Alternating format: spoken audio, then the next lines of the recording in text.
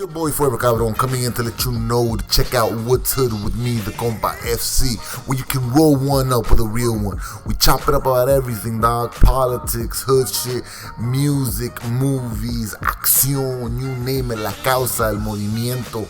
We want to tackle things about looking at your culture differently and all that good shit. So if you want to look into that, if you want to find some self-love and self-worth, dog, check out a Compa. Roll one up with a homie, dog. Every Tuesday and Thursday, right here on Binge on this.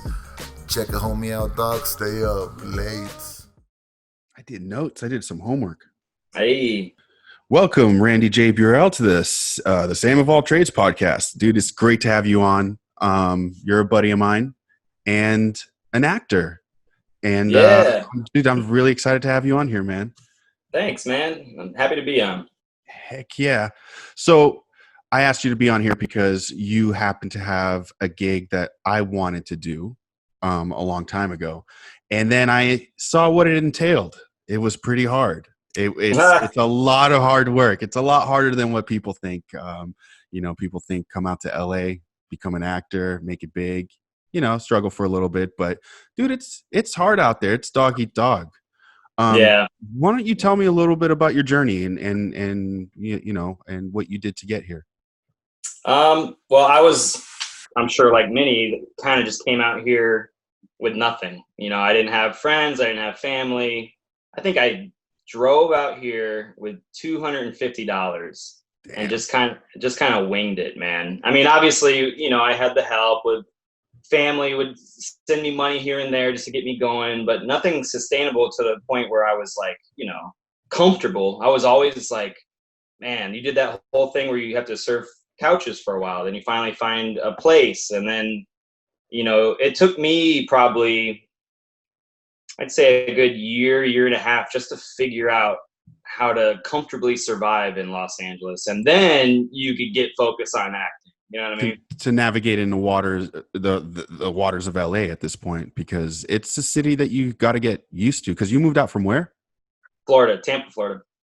Nice, nice. Yeah, I think out here it's a very hustler mentality, and like this city will eat you alive if you're not one of those hardworking grinders. I've been out here now, 8.5 years. So through that process, I've seen at least 10 people come and go, friends of mine, in the industry, we call them one and dones, the ones that come out for a year and just like, oh, I can't do this. And I just dip out. Dude, it is pretty scary. Did you have any training before you moved out? Yeah. So I did I was in commercials. I did a couple of films in Florida. So I did come out probably ahead of the curve, I would say. I didn't come out with nothing.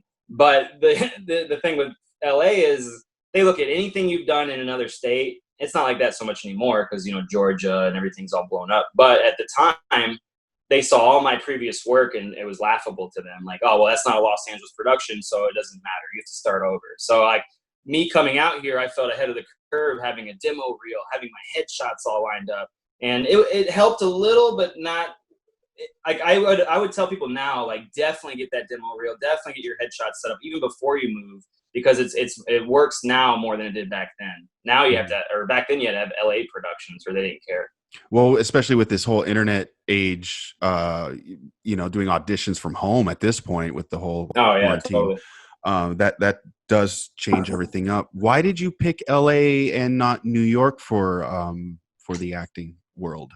Well, New York they have some TV stuff, but they're definitely more Broadway theater geared and so you're more film. Yeah, I'm TV film. I in Florida, there was a short time where the film incentives were happening. They were good. And I don't know if you remember that movie Punisher with Tom Jane and John Travolta. Yeah, I enjoyed that one. Yeah, that was good. I liked it. That was shot in Tampa. And not a lot of people know that. Yeah. So it was really helpful to our economy, and it brought a lot of stuff in. So that movie Dolphin Tale, I actually was on that movie with Morgan Freeman and Harry Connick Jr. Mm-hmm. And that's what kind of propelled me forward. So you asked me, kind of go off your question before, why I came to LA. Morgan Freeman. Nice. I mean, no joke. That's amazing. And I'm sorry? Well, how free can we be on this podcast? Can I say anything? You can say the F word. You can be as free as you want. And then, I'm going to edit it anyway. So if we get too free, you can always tell me. Okay. We can All right. Well, the truth is what made me move to LA, other than obviously wanting to pursue, dreaming of being an actor, is Morgan Freeman and mushrooms. Nice. Yeah. An eye-opening experience. Well, I worked on Dolphin Tale. I was on that for 3 months. It was an experience. I was on set almost every day, and got to work with Morgan Freeman. Not a lot of people know this, but, he's very cold in person. And I was trying everything I could. Hey, Mr. Freeman, how you doing? Good morning, Mr. Freeman. Being real nice for about a week. And just getting shot down left and right. So, I was young, man. I think I was like 20, 21. I was getting frustrated. I was like, he sucks. And then my mom was like, just try something. Or I think my dad said, just try something new. And I was like, all right. So I researched Morgan, and I found out he had like an attractive daughter. So the next day on set, he gets walking past me, and I'm like, hey, Morgan. And it was the first time I ever called him by his last name. And he turned real sharply at me, and I said, I heard you have a hot daughter. I'm going to hit her up. Oh, damn. And so he just busts out laughing. He's like, good. You're too ugly for her. She would never go for you. And I was like, we'll see about that. And that broke the ice. And literally 2 days later, he invited me to go golf with him. Really? Yeah, wow. And I did. It was amazing. The funny thing about that was I was on my way down to Miami driving to do a Lori Wyman casting. She's like the big casting director in Florida, still is. But I was going down to do this big casting session with her. And on the drive, I was a good hour deep. It's a 4-hour trip. Mm-hmm. I get a phone call from Richard, who is Morgan's double. And we became friends on set. And he's like, hey, Randy, how you doing? I'm like, hey, Richard, what's going on, man? He's like, what you up to? I said, oh, man, I was bragging a little bit. Not bragging, but just I wanted him to see I'm doing something for acting. So I'm going down to South Florida to meet with Lori Wyman. He's like, oh, that's great. That's great. Okay, man, never mind then. And I'm like, never mind. Yeah, what? Yeah, what? Tell me. He's like, oh, I just wanted to see if you wanted to go golf with me and Morgan. I was like, turn the car around. Like, he's like, I was like, of course. And he's like, oh, I don't want to interrupt. I was like, nah, man, I'm on my way. He's like, okay, well, can you get here in 30 minutes? Because we're getting ready. I'm like, oh, yes, my sir. God. Yeah, dude. But I was like an hour and a half deep. So I think I drove back safely 120 miles an hour. That's so safe. Exactly. Yeah, safely drove back. You were on time. What an experience, man. I got to go golf with them. And another little side note, little thing a lot of people don't know is Morgan Freeman's, is it left hand? Yeah, I think his left hand is completely paralyzed. Oh, yeah, no clue. Yeah, so if you notice him on red carpets or even in movies, he's always hiding it. It's in his pocket, or it's on red carpets. Usually he has a glove on, a compression glove, because his hand swells up. He doesn't wear it.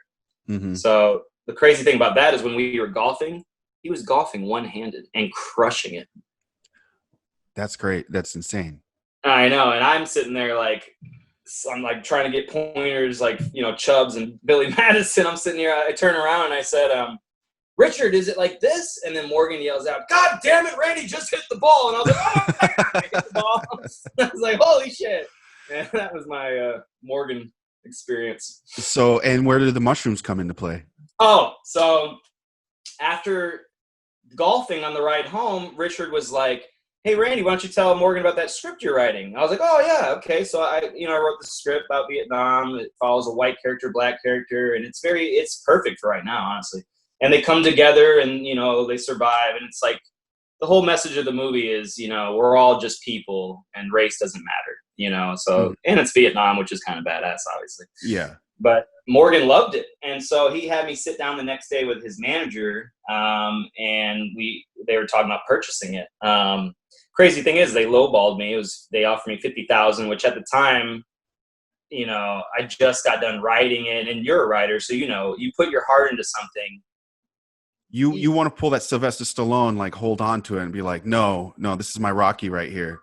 I feel exactly. You. That's exactly what I did. And they were shocked. So, but it gained me some, like Morgan was very impressed, and he gave me some respect for that. So like fast forward now, the very last day of shooting, I went up to Morgan and I said, Morgan, Mr. Freeman. Then I called him. I think I only called him Morgan that one time to get his attention. Then it was back to Mr. Freeman. Well, but he's also your elders. You want to be respectful. You want to, hey, what's up, Morgan? No, I know. Yeah, he didn't like that very much. But fast forward to the last day of set, I went up to him and was like, hey, Mr. Freeman, just want to say it's been a pleasure. I want to thank you again for letting me come golf with you. You know, you've really inspired me, and I look forward to working with you again in the future. And he was like, of course. He's like, you know, it's been great. You've been great, Randy. He said, I want to tell you something. And I was like, yep. And he says, I'm shocked you turned us down. And I was like, well, I said, I want to make this movie myself. And to backtrack, the reason I turned them down is because they didn't want me involved. They just wanted to buy the script. Mm-hmm. And they weren't even going to give me the writer credit. They wanted to put a known writer on it and put developed by Randy J. Burrell. Yeah. So yeah. Because what they'll bring a writer that's a tried and true writer. They'll come over, change some names, skim it over, change some scenes around, and then get his name on it. Yeah. Exactly. His manager wasn't very nice. I won't say names, but he definitely was just tearing down my script, tearing down my idea, saying I'm too green to be involved in it, saying, you know, all this stuff. And then at the end, he's like, we're willing to give you $50,000 for it. And so, like, right there in my mind, it clicked, like, okay, so you just said my script is shit, but you're willing to give me $50,000 for it? This is something's fishy here. Yeah. I don't know, man. I would probably turn around and be like, dude, I'll take 80 and I have to be, you know, I have to be in the movie. Yeah, well, that's what I tried to do. I said, well, I want to star in it. And he said, no. I said, well, I need to have a good role. He said, no. I said, well, then I'm going to direct it. He said, he's no. He's like, and then you're like, well, can I be in the background? No, not at all. In fact, you're not. Nothing. Basically is how it went down that meeting. So I'm a Leo, man. So I have some pride. I was pissed. I was like, you know what, fuck him. And I went home. My parents were like, oh, you should have sold it. What are you doing? You're an idiot. And I was like, nah, man, I put a lot of love in this script. I feel like it's good. Like I said, my Stallone story, this is going to blow up with me starring in it. And I still feel like that. It's a great movie. Is that the one I read? The Vietnam, maybe you read it. I think you sent that over to me. I did enjoy that one. I mean, I enjoy any movie Vietnam. And yeah. So well, thank you, bro. No, I appreciate you, man. So you've been on shows, all kinds of shows. I was checking out your IMDb. Impressive. You've played cowboys to space aliens to everything. I mean, what is your process like coming into these? Like, so do you? Some people could just turn it on. Do you have that, or do you work into the character? How does that work? I think for me, to get into a character, it really does depend on what kind of role it is. Obviously, I get typecast as like the cocky, douchey guy sometimes, or like the hot guy, and those roles don't take much prep. Not saying I'm like just that guy, but just saying there's not much, layers in that kind of a role. I could pretty much walk on set and just wing it and would do it. I'm really good at memorization, so those aren't hard. But then you go into like something that's more character study and deeper, and that has layers. Like even I played Wyatt Earp, and I think you love Westerns, so Wyatt Earp was a bucket list for me. So I wanted to make sure I did it right. Other than memorizing lines, I did all my research on his history, and that's a historical figure, so I guess that's a little different. But for a historical figure, would you try to find anything that said anything about his mannerisms or yeah? I mean, that's so I watched every Wyatt Earp movie. My favorite is the Kevin Costner one. I don't know if you've seen that one. Oh yeah, no, I saw that one in the theater, I believe. When I was a little kid, my dad would take me to all the movies. So. Oh, that's awesome. I mean, it was long as fuck, but it's so good. That's my favorite version. And so you acting is copying. You're copying other people. You're taking little things. So is music. Same thing. You're taking something and you're trying to make it your own. So I did that with, Kurt Russell, Kevin Costner, even Clint Eastwood films. I would take stuff from that. And you kind of combine it and make it your own process and your own character. But when it comes to a historical figure, I did do research. And I did look at things like anything I could to find on like his personality, his mannerisms, how he shot a gun, like every little detail I tried because I want to be as true as I could. Mm-hmm. And that's with that. So to go on the other spectrum, so let's say I'm playing, you brought up the alien thing. I can't really say much about that, but you know what it is. Yes, I wasn't sure if I was allowed to say anything. Yeah, we can't talk about that or Space Jam. We could. Okay. I'm in Space Jam. I can say that, but I can't say anything else. Can you even can you tell the audience the other show's name or no? The Orville. I can The say Orville. I'm in the Orville. Yeah. Yeah, okay. Season 3 of the Orville. I can say that, and I can say Space Jam, but nothing else. You guys will see it. I mean, Space Jam, July 2021. Hopefully, with all this stuff, we were supposed to do reshoots here in June. I don't think that's happening, obviously. Yeah, there's that. They said earliest would be that, but everything keeps getting pushed back. Yeah, so I don't think that's happening. And then Orville, I think I have 1 or 2 more days on set left, and I'm only in 2 episodes. But shit, man, to shoot 2 episodes, I think I worked on Orville about 2 months. Isn't that crazy? That's wild. Well, because you're in all that makeup too, huh? Yeah, but like the thing with that too is Orville's a very like I don't know, like it's always changing. Seth is like, he's a genius, and so like he constantly is just like changing things, adding things, taking things out. So it's just a very fluid process on that show. Some would say it's unorganized, but I kind of see how his mind works, and it's one of those organized mess. You know what I mean? Yeah. It's kind of like a cluttered desk, but the guy whose desk it is, he knows where everything's at. Exactly, and that's the Orville set, I could say. So, how long for a whole season? Like, to make a show on Orville, it takes about a month, and he's changing things around. So, for a whole season, you guys are constantly. There's no breaks. I mean, that show is constantly just filming at that point, right? Or normally it would be a 6 to 8 month filming for one season, but I think last season 2, it literally took them like the whole year. I think they shot 12 months, and they just had breaks. Yeah, they had some hiatus, couple weeks off. Great show though. I really enjoyed that show. I've been on that set. I think I told you I went to one of their where the cast and crew, everyone's there on stage, and Seth came out and talked, and then we walked onto the set. Cool. Yeah, I was like totally stoked. Who knows? I might have run into you. We wouldn't have known. I know, that's crazy. He's awesome, man. I know the funny thing about Seth and I's relationship is I went to Comic-Con. I went to Comic-Con for Orville, but then my buddy got me into the Entertainment Weekly party because I wasn't on the list. But he got me in, and it's like every famous person you could think of. Mm-hmm. And I happened to run across Seth, and he was hammered. I was hammered. I got a picture. I'll have to send it to you. Maybe you could put it up there. On the episode. Yeah, I'll send. You know what? I'll do it now before I forget. But it's so funny because we were just like, I was like, hey, man. He's like, hey. And I was like, you're not going to remember this, are you? And he's like, I'm hammered, man. It was a funny little interaction. That's great. That's a lot of fun.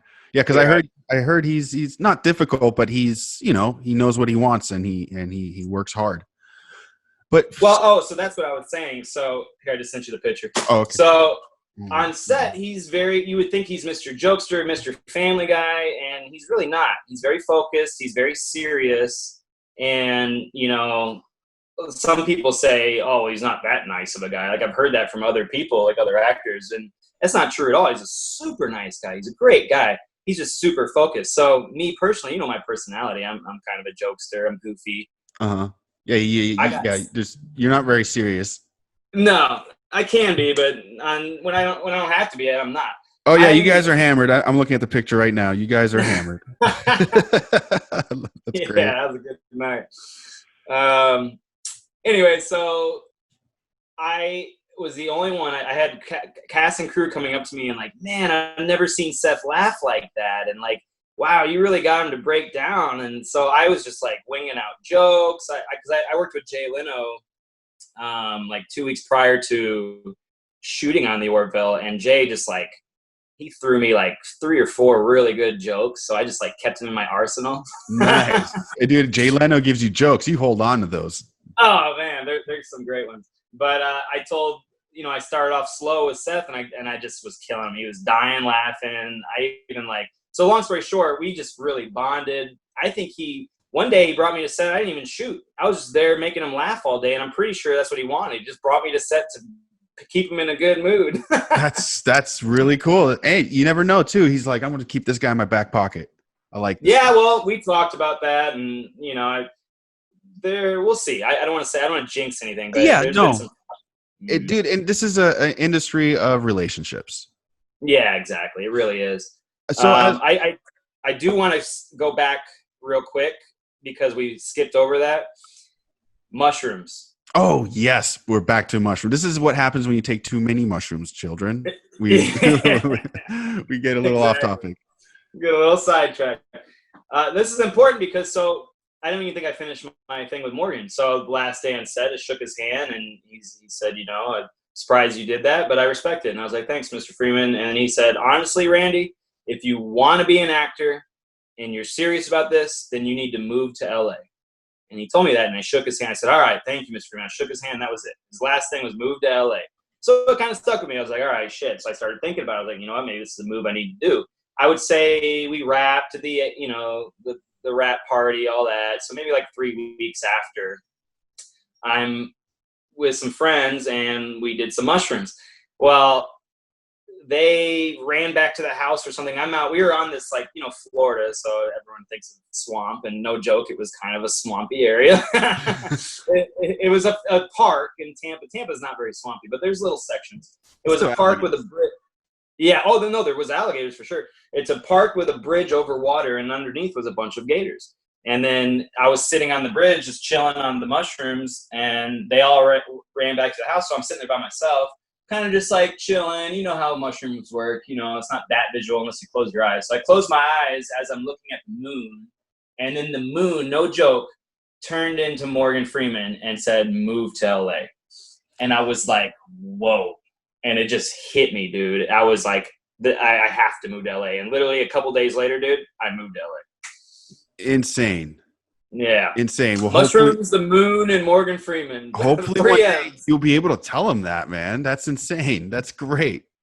Yeah, I know. I need to, you know what? I've been here long enough. I wanted to, when I came out here, because he told me to hit him up when I get here, which is dumb that I haven't. You get just caught up in this world. But I wanted to build up my resume and build up my brand so I could come back to him and maybe, who knows, do the Vietnam movie now. Now they let me star in it, And I think I've done that. So, hey, when we hang up here, I'm going to call Morgan. Yeah, call your buddy Morgan. Be like, hey, Morgan, how's your daughter doing? Hey, Morgan.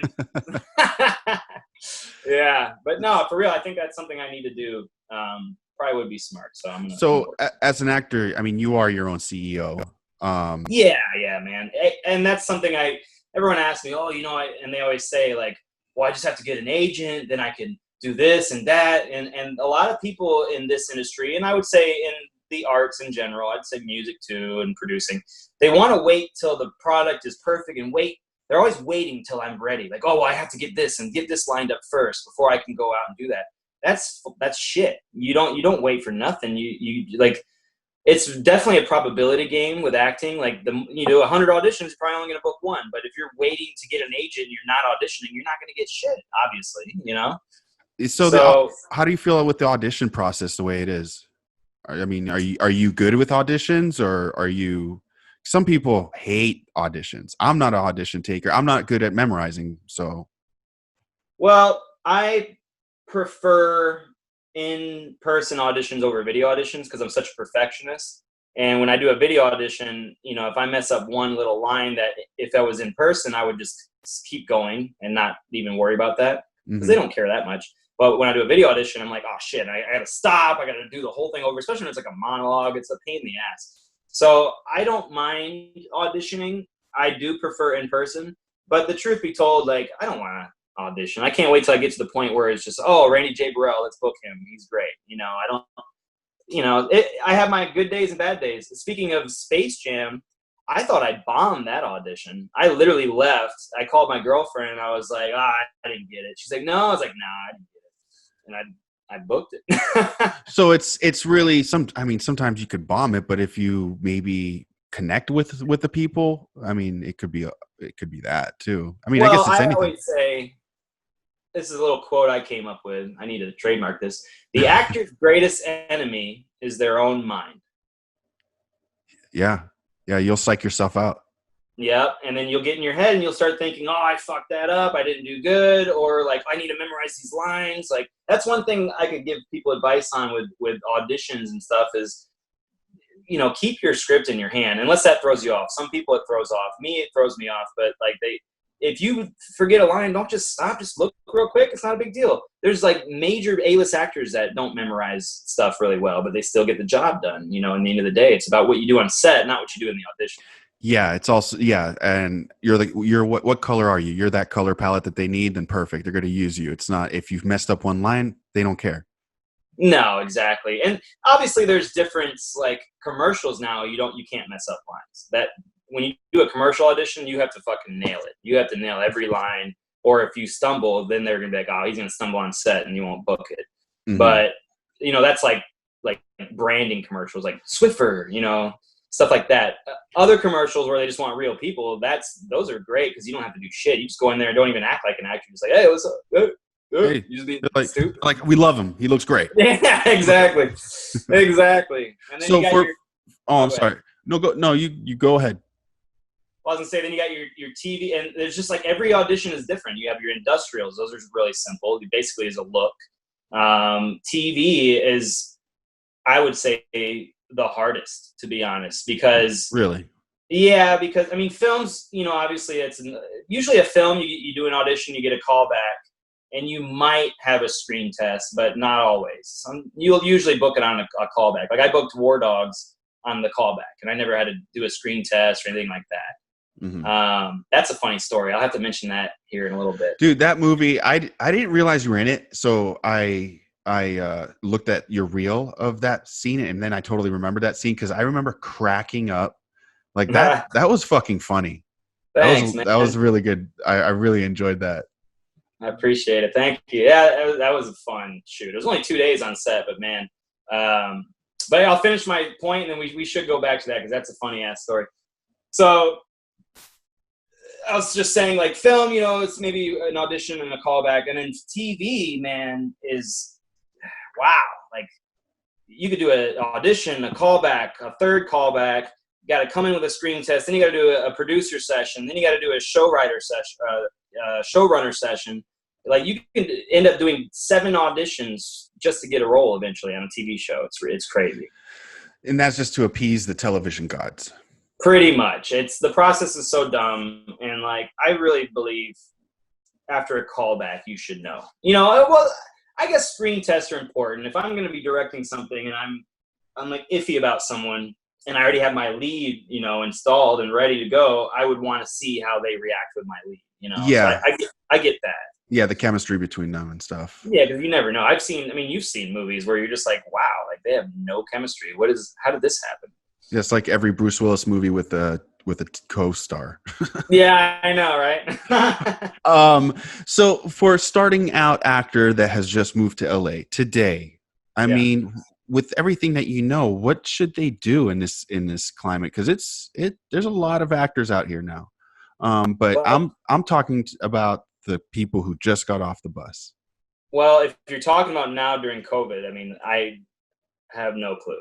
But let's just backtrack. Let's say pre-COVID, because we don't know what's happening with this. I mean, the whole industry has shifted, and they're trying to. I read an article just the other day that they're trying to get things back, but it's going to be really small sets, really small productions. It's not going to be those large 100 extras kind of vibe anymore.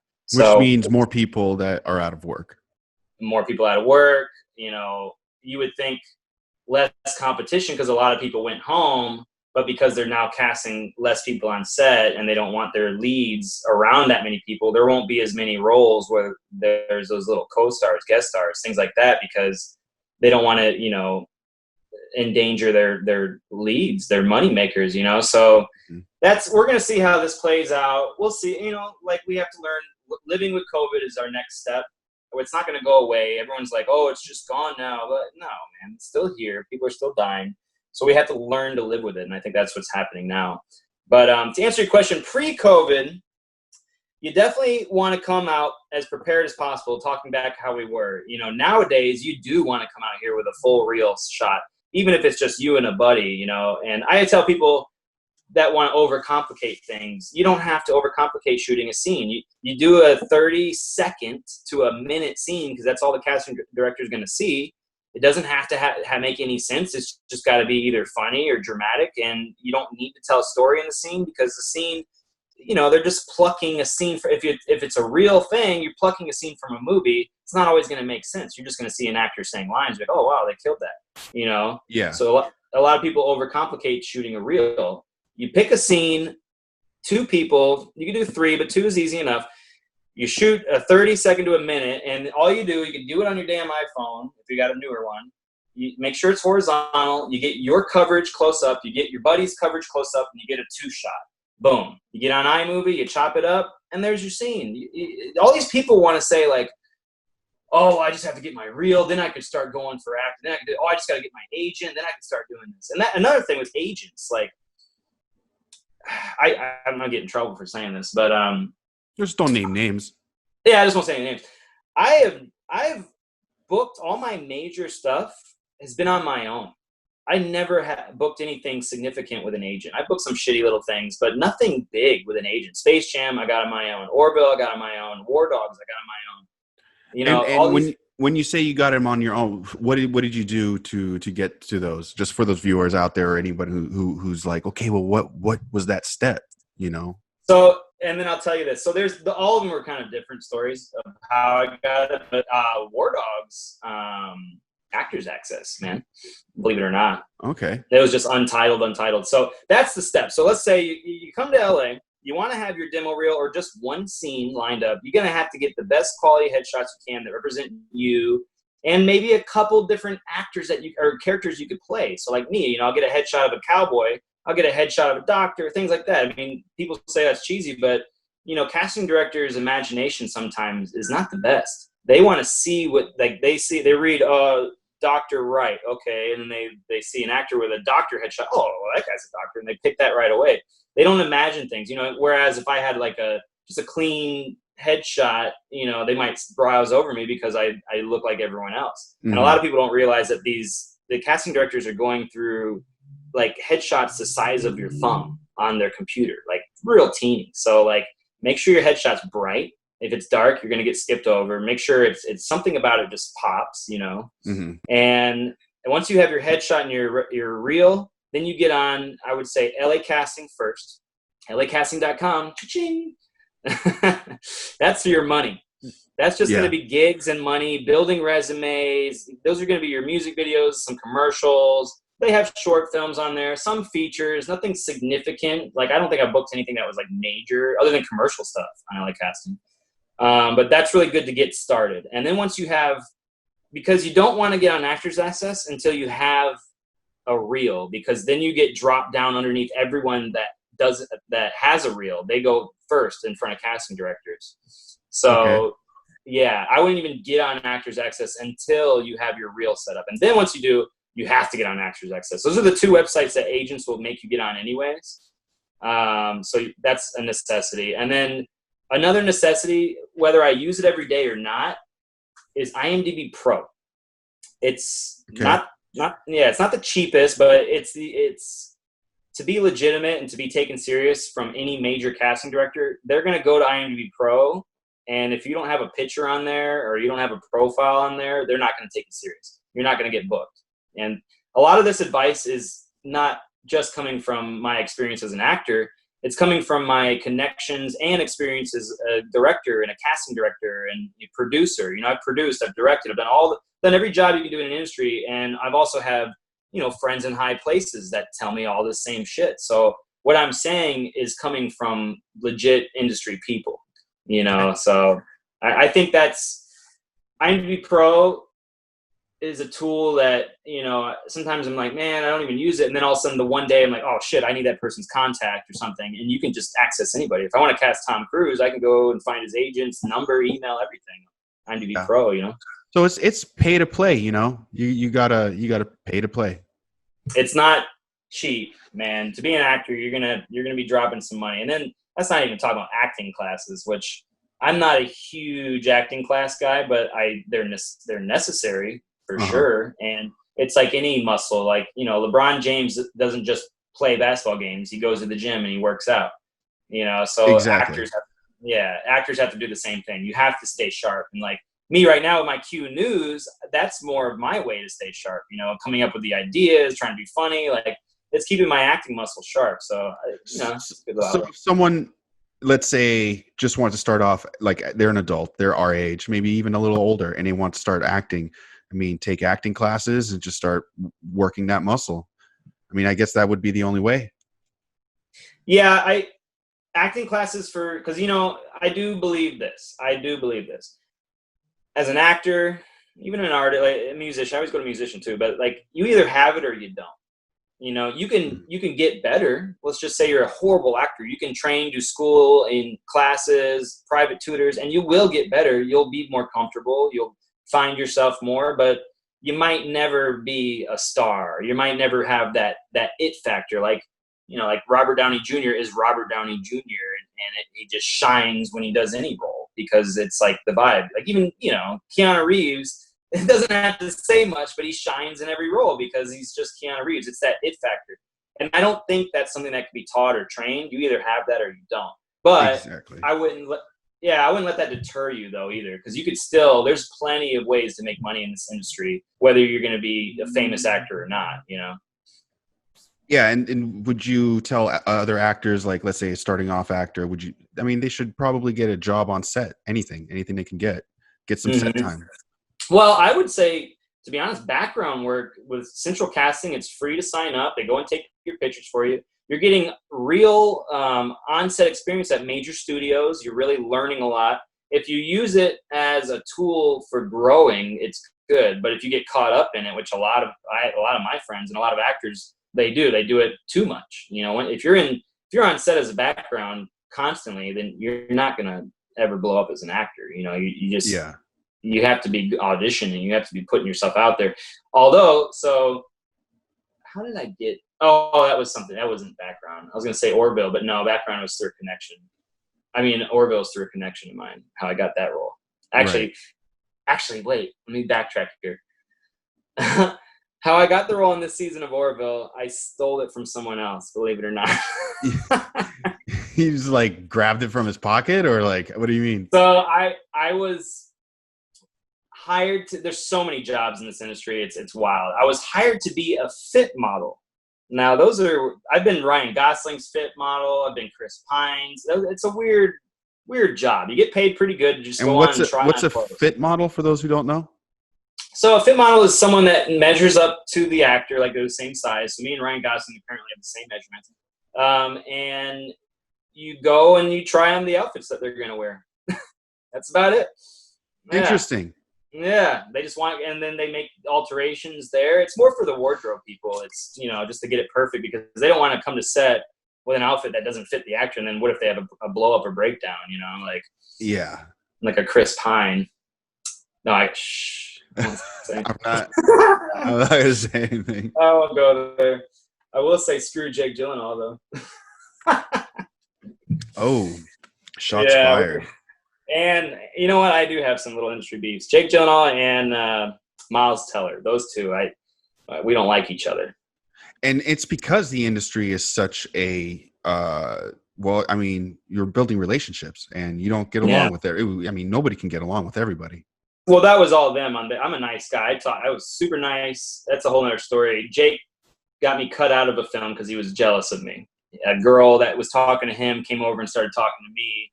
Next thing you know, I had a small role as a waiter. I think I had 2 lines, like, hey, would you like, whatever. And then we do the rehearsal, and he's like, all right, stop. He's like directing. He's not directing, but he's like directing. He's like, you know what? Do we really even need the waiter? And I was just like, oh my God. Basically got me cut out like that. And I was like, of course you need the waiter. What? And then the first AD comes over. He's like, hey man, let's try something real quick. Just stand over here. I'm like, man, I'm getting cut out, aren't I? That sucks. And what sucked was I didn't do anything. I was the nicest guy. Jake was in a corner doing his thing. They told me not to go up to him. I was like, all right, whatever. And this, pretty girl on set goes over to him, starts talking. They're flirting. It's all good. And then so I'm sitting there just reading my 2 lines, trying to look important. And she comes over to me and starts talking to me, and I'm just talking to her. And then I look over and I see Jake staring at me, and he turns his head away real quick when he notices I see him. And I'm like, oh, okay, whatever. And then boom, next thing you know, we do that one rehearsal and I'm cut out. That's so lame. Yeah. So it's hard to watch his movies now, because it's like, you know what, you're you're a bitch. That's one thing about being in this industry that, like, just me as a writer, you as an actor writer, like all of that, it ruins movies. If you meet someone and he's a dick, you're like, man, Jean-Claude Van Damme was such an asshole. Not that I'm saying he is, but let's say you did meet him, and now every Jean-Claude Van Damme movie is tainted. It really is. I can't watch Gyllenhaal movies. I just don't want to. And it sucks. He's a great actor. I'll still give him that. And I used to like him a lot, man. But when you have those personal experiences, you're like, fuck that guy. Same with Miles Teller. Now, Miles and I worked on War Dogs together, and I'm going to throw him under the bus because he's got a bad reputation for being an asshole on set. He legit, what was it, day 2? So I already shot most of my scene, which a lot of it was improv. I would say they kept about half of what we shot in the movie, which at least they kept something, That's true. But yeah, there were some really funny moments that I wish that made it, but that's part of the process. But anyways, Miles comes in the next day, and Todd Phillips, which is an amazing man. I love Todd Phillips. He's he killed it with Joker. Like, have you seen Joker yet? Dude, I haven't been able to see Joker because my girlfriend hates clowns, and every time we're about to watch a movie, I'm like, please, can we watch Joker? She's like, oh, I don't want to. Well, it's not really a clown movie. I mean, that's what I told her. I'm like, come on. It's Batman without Batman. Exactly. Well, I don't know, but you should watch it on your own, maybe, because it's amazing. I'm gonna have to. Yeah, but anyway, so Miles comes on set and he's like, "Hey, where am I standing?" And Todd's like, "Right here." And he's like, "Well, who's this guy standing next to me?" He's like, "Oh, he's just one of our background guys. Not me. It's someone else." And he's like, "Oh, well, I don't like him here." And Todd's like, "Well, he's already been there. We've already shot most of the scene. He can't just disappear." And Miles like, "Well, it's either him or me." And everyone just got quiet. We're all like, what the fuck? And he just got on set. So we're all like, why is he being like this? This is a power play? Yeah. And the guy was just all like nervous. Like, he's like, what did I do? I didn't do nothing. So they're just like shook his head. Todd looks at his first AD and he's just like, he points to him. And so they take the guy out. The guy had 5 more days shooting and they just released him. He lost out on money because of Miles Teller. That's, again, that's really dick, man. Yeah. And then, because it's hard enough to get anything, and that guy, that's sad. Yeah, it was shitty. So here's the thing he did to me. So I did my scene, and it didn't make the film, but I had dialogue with Miles too. The only thing that made the film, as you saw, is the one dialogue with me and Jonah. Yeah. And that's really funny. A lot of people tell me it's the funniest part of the movie. I'm like, dude, it's hilarious. Thank you. It's hilarious. For those who didn't check it out, you guys got to check out War Dogs. It's a good movie. It really is. It was surprisingly a lot better than I expected because, like, you just never know. And it was called Arms and the Dudes when we were shooting it. I'm glad they didn't keep it. I know. Arms and the Dudes. So anyway, I shoot and do my thing, and they're all dying on set, laughing and stuff. So then they're like, all right, that's a wrap on Randy J. Burrell. Everyone's cracking up, laughing, clapping. Jonah comes up to me, picks me up, hugs me. He's like, man, you killed it. I was like, thanks, dude. And Todd Phillips come over, bro hug, first AD. Well, Miles is standing there. He didn't really say much, so I just go up to him like, hey, man, it's cool working with you. And I put my hand out, extended in front of people. He goes, and turns around and walks away from me. What? Yeah, I flicked him off behind his back. My hand was extended. I'm just like, fuck you then. And then Todd comes up to me, and he's like, don't let him get to you. He's like, honestly, man, he's been such a pain in the ass. I'll never work with him again. I was like, wow, it's like, that's crazy. Yeah, man. I mean, was it because of that one movie where he was a drummer? Maybe, but you know what sucks is he's in Top Gun, and I love Top Gun growing up, and now the new one, he's like the star. I'm like, fuck, man, I don't even want to see that shit. Do you think he pulled any shit with Tom Cruise? Ooh, I would love to know. I doubt it. I doubt that. I don't think he did. I would love to know, though. That'd be crazy. I actually heard that his behavior on set, because it wasn't just War Dog, it was multiple sets, was starting to get him a bad rep, so I think he's toned it down, hopefully. Well, hopefully someone took him aside and was like, dude, man, no one likes to work with you. Stop being a dick. Yeah, so we'll see. Because when you're on set for a while with these people, for long hours. Yeah. I mean, shit, man. On Space Jam, I was working 16-hour days every day, 5 days a week for 2 months. Full makeup. Yeah. Oh, hey. Hey, I didn't say which makeup. I didn't say which. Yeah. I just said, well, hey, it could have just been some eyeliner. I don't know. Yeah, that's right. All right, But Randy. yeah, I mean, if you're on set with someone and you're uncomfortable, dude, it's a pain in the ass. And that also goes from top to bottom. Like, sometimes if you have a shitty director, it really does affect the entire crew, and everyone's on edge, everyone's grouchy, and it just is a shitty process. But, like, you know, working on the Orville, even though Seth can be serious, he's still a really nice guy, and he's still fun to work with. So that set, dude, is literally one of my favorites to work on because everyone's in a good mood. Everyone's joking. You know, you have your moments you have to be serious and get serious, but most of the time, everyone's just happy to be there. So Just happy to work again in an industry where most people are unemployed. If you have a sure job, like as sure as it can be, but yeah, dude, that's a beautiful thing. And if it's a nice family, you know, that's even better. Yeah, and a lot of these people don't know this either, though. But like a lot of crews stick together, so they'll work on one show and then they'll move on to the next. You know, if it wraps or whatever, and they bring everyone they liked. So these people have worked together for years, sometimes 20 years. Like, you know, you have to, and because you got to communicate between departments, and if that communication is already solidified, why not just bring the teams over? Right, especially if you're putting out a good product. Like, what was that show I worked on? The one with Michael Douglas. What's it called? Kaminsky Method. Okay. I never watched that one. Me either, actually. Do you watch your own shows? I'm not. You know, my mom gets frustrated because I don't ever go back and look for anything I do because, you know, I'm passionate. I love it, but I'm not doing this for fame. I'm not doing this for the glory of being in movies and stuff. I'm doing it because I love it. I like to be on set. I like to act. I like to turn into a character. So for me, the most fun part is just doing it. So after I'm done shooting, I'm already looking for the next job. I'm already auditioning. I'm already focused on the next project. A lot of people don't realize, like, you shoot something, the movie's not going to come out for a year to 4 years sometimes, you know. Yeah, most of those actors and actresses on the red carpets, you know, they haven't seen their movie yet. They're about to go see their movie. Yeah, exactly. And I'm guilty of that. I don't really ever go look and see what I do unless it's something huge like a War Dogs or something like that. But all those commercials, like someone just sent me something the other day. Hey, is this you? And I'm like, oh yeah. I was like, damn. I had like long hair. I was like, what was that? You just totally forget about the commercial that you had. Yeah, you just don't know what you do because it's just on to the next. That's the mentality, and I think that's a really good mentality to tell new actors is remember, always think in your head, on to the next, on to the next. That comes with auditions, that comes with scenes, you know, movies. Oh shit, you know what? Before you let me go, I should tell you the 3 words of advice that James Marsden told me, and he's one of my favorite actors to ever work with and meet. You know who he is, right? James Marsden. You know, I'm playing too much Red Dead Revolver, and then one of the dudes' name is Marsden, so I'm kind of like seeing his face. What did he do? He's Cyclops in the original X-Men. Yes.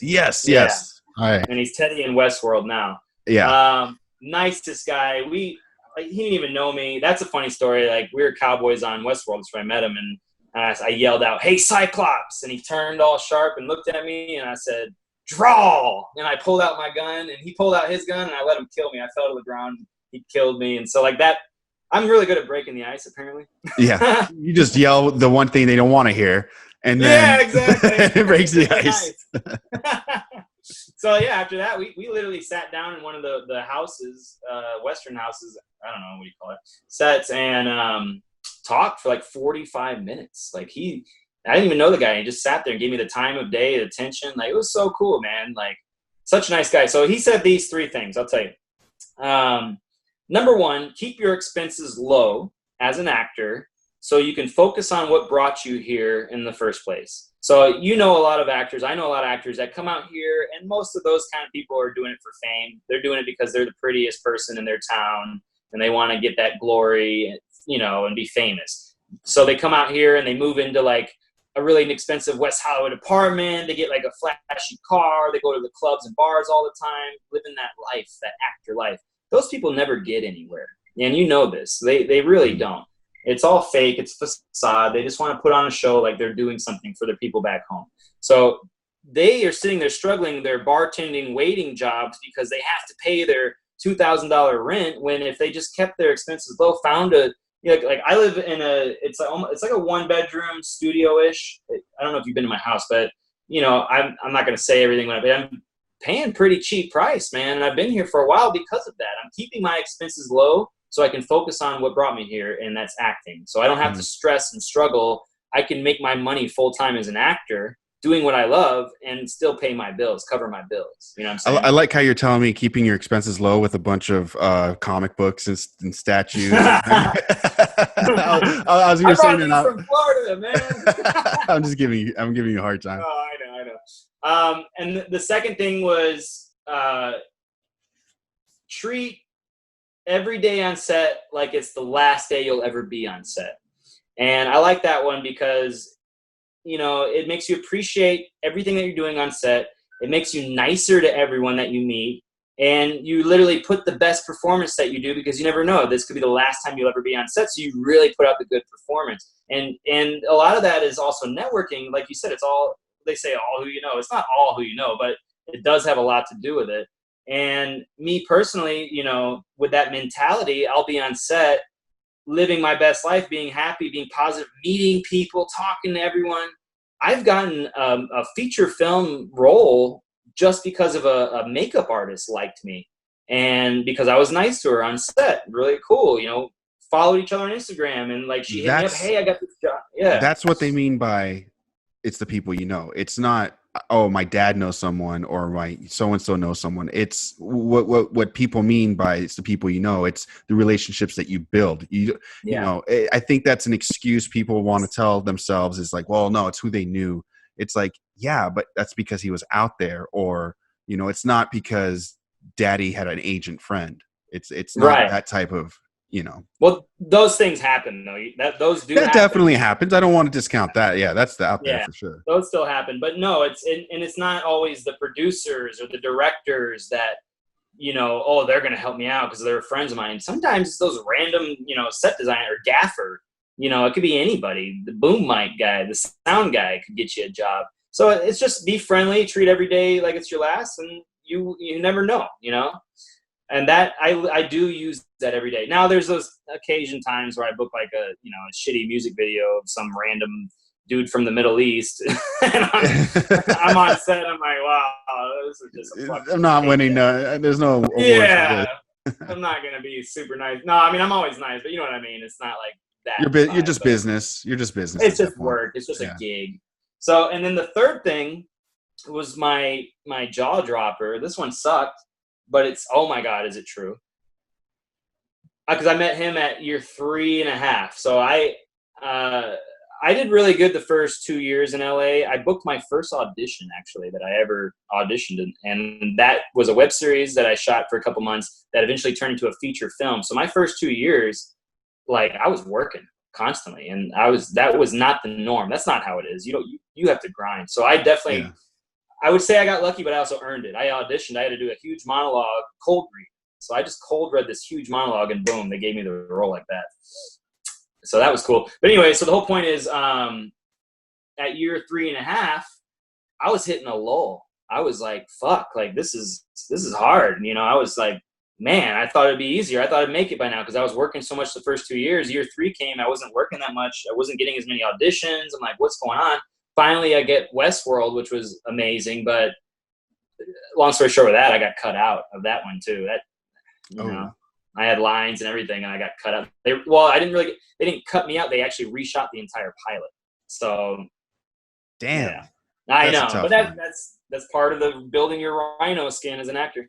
But anyway, so at year 3.5, I was feeling it, like kind of like the like the sadness and the like, damn, this is hard. I don't know if I'll ever make it vibes. And James told me the third thing of advice. He said, realize it's going to take you 7 to 10 years in the industry just to get your career off the ground. Exactly. 7 to 10 years. When I heard that, I was like, shit. Yeah. And that's not even that long, man. That's not even. No, it's not. No, and people come out here thinking 1, 2, 3, 4, 5, maybe years. Oh yeah, and now I got a career, but no, 7 to 10. Well, and if you look at my career, I'm at 8.5 years, and I'm just now getting some good recognition and getting off the ground and working on, big ass things. I mean, I'll past years I'll book one of those like War Dogs. That was 2015. That was like, geez, wow, that was 5 years ago. That's wild. But times are moving. Yeah, dude. But you'll get those occasional jobs. But now I'm consistently working on big projects. That's when it's like, okay, I feel like my career. Now you have a job. Now this is yeah. Exactly. Because if you couldn't act, what would you do? Write or direct or produce. Yeah. So still stay in the entertainment industry. Yeah, I'd still do that. I mean, you and I are really good writers, so like you got to use those skills. I need to use that skill more now. I mean, I got my you read the Unlikely Hero too. Yeah. No, go ahead. I'm sorry. No, go ahead. Well, I was just gonna say, as soon as quarantine's lifted, that's gearing back up, and I already got I got 2 producers on board. I got my director on board, amazing director, and we're gonna start casting as soon as quarantine's lifted. So that project's gonna be taken off the ground real soon. That's great. My project fell through for right now. I haven't talked to the other guy, for a little while. So no, it's Western. Just, yeah. Clean Diamonds, Dirty Money. Man, what a great film! I gotta say, like, I really loved it. I loved it. It read so easy, and the whole premise of it. You have to stick with it, man, because that's gonna be a good one. I appreciate it, man. And if I make any money out of the stock market, I'm just gonna throw it at it. Yeah, I mean, sometimes you have to, and you look at like a Blair Witch. I know it's old school now, but they shot that for nothing, and look at how big that became. Like, it doesn't always take a big budget. Well, especially with the way technology, everyone can make movies now. I'm thinking I'm gonna try to make, like, if I could raise 10 grand, I'm thinking of making like, maybe 5 $2,000 movies. Things like that. Like, I'm thinking, because you can go really cheap. I got friends in the effects departments. I got friends that do all kinds of other stuff, and I'm just like, I may as well just try to do with what I got. Yeah, and you even have me. Yeah, no, and I appreciate you, man. I really do. I appreciate it. And that's the thing that I'm starting to learn, because I'm not much of a people person, and I moved out to LA, and I was like appreciating a lot more, the grind and struggle out here. And people are very nice. There's a lot of slime, there's a lot of people taking advantage of other people, but the ones that make it, that I notice, except for the few that are complete dicks, but there's a lot of people that help each other out here. I've been burned helping people out, but it hasn't stopped me from continually doing it. No, because our next job is by that person, some other person that you were nice to, and that's how you get jobs. It really is. And that's one thing that a lot of people have said about me. And even like, I meet people in my Uber. I'll talk to my Uber drivers. They'll pick me up from Fox Studios. Oh, are you an actor? Yeah. And then I'll just change the subject. Oh, talk about these cookies. And, I try not to make it like that's what I do and talk like that. So they'll end up telling me like, wow, you're like the nicest guy. Would you just get out here? I'm like, no, I've been here 8 years. Wow. So, and then friends back at home, like, Randy, you haven't changed at all. You're the same old crazy Florida dude, like I think that's important, to don't lose yourself to this industry. You stay true to you are. You have to. Is it everything you thought it would be? Oh man, not even close. It's a lot harder than I thought. It's still hard. Like, and you, just like we talked about before with like feeling depression and COVID and waves, sometimes it happens in your career. Like, have you seen Once Upon a Time in Hollywood? Yes. So yeah. Leonardo DiCaprio's character of him, man, I'm a failure. This is horrible, blah, blah, blah. My life is over. And then he books that one job. And then, Brad Pitt's like, you all right, buddy? He's like, oh, yeah, I'm good. That's it right there. So many people nervous. I mean, you would think, and I forget, I wish I remember which actor said this, but he goes, and this is an actor that has done it for 30, 40 years. He's nervous every time on set. He's still nervous. I wish I could remember who it was, but that's LA for you. Well, and that was the funny part when we were watching the movie. Emily and I, my girlfriend, she's like, "Oh my God, Randy, that's you." When Leonardo DiCaprio's having to break down in his trailer, but then he's fine a second later because he did a good job. Like, it's just the emotions of an actor. Like, I would say, like, if you want to pursue this, man, know it's going to be a long run. Know that your chances of being successful aren't very high. And just know, man, you're going to go up and down, and you got to have tough skin, because you have so much disappointments on a daily level. Like me, like what was that? Let's just say Westworld. I was feeling low. I was feeling shitty, depressed. I'm not going to make it. I booked Westworld. Oh my God, this is awesome. My career's taking off. You know, I'm on set. I'm a cowboy and having fun. And then a couple months later, when is this coming out? You call the producer. Oh, they actually reshot the pilot. You're not going to be in it. And you're just like, what? Crushed again. Yeah. And so, like, a lot of people can't handle that, and they give up. And, but have you ever seen that picture of the man mining, and he gets right to the edge where the diamonds are, but he's turned around in despair because it just took him so long. And then you see the other man. Yeah, dude. I have that saved on my phone, because that is everything. Perseverance pays off. You can't give up. You just keep going at it, and eventually it's just going to take one thing, and boom, your career's up. Exactly. Dude, that's with everything. Just grind. Nose to the grindstone, man. Yeah. All right, man. Well, so we're going to start slowly winding this down. I really appreciate your time, Randy. No worries. Where can people find you on social media? If you have any contact information or anything like that, where should people find that? I mean, obviously you're on IMDb, and I'm going to down below too. Oh, cool. Everything is Randy J. Burrell, and it's fully spelled out: RandyJayBurrell. I kept it simple.